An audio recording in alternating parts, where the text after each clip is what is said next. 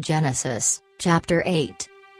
But God remembered Noah and all the wild animals and the livestock that were with him in the ark, and he sent a wind over the earth, and the waters receded. Now the springs of the deep and the floodgates of the heavens had been closed, and the rain had stopped falling from the sky. The water receded steadily from the earth. At the end of the 150 days the water had gone down.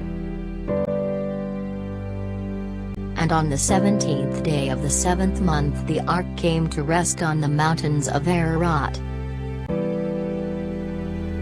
The waters continued to recede until the 10th month, and on the first day of the 10th month the tops of the mountains became visible.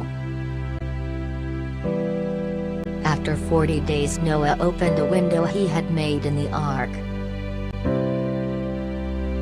and sent out a raven, and it kept flying back and forth until the water had dried up from the earth.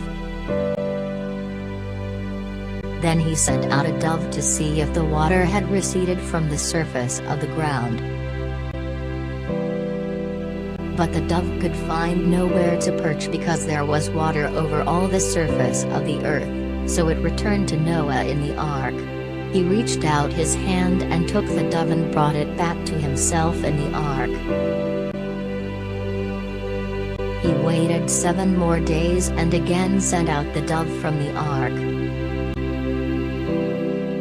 When the dove returned to him in the evening, there in its beak was a freshly plucked olive leaf.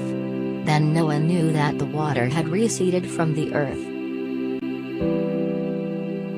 He waited 7 more days and sent the dove out again, but this time it did not return to him. By the first day of the first month of Noah's 601st year, the water had dried up from the earth. Noah then removed the covering from the ark and saw that the surface of the ground was dry. By the 27th day of the 2nd month the earth was completely dry.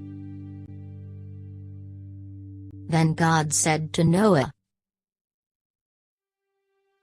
"Come out of the ark, you and your wife and your sons and their wives. Bring out every kind of living creature that is with you, the birds, the animals, and all the creatures that move along the ground, so they can multiply on the earth and be fruitful and increase in number on it." So Noah came out, together with his sons and his wife and his sons' wives. All the animals and all the creatures that move along the ground and all the birds, everything that moves on land, came out of the ark, one kind after another. Then Noah built an altar to the Lord and, taking some of all the clean animals and clean birds, he sacrificed burnt offerings on it. The Lord smelled the pleasing aroma and said in his heart, "Never again will I curse the ground because of humans, even though every inclination of the human heart is evil from childhood. And never again will I destroy all living creatures, as I have done.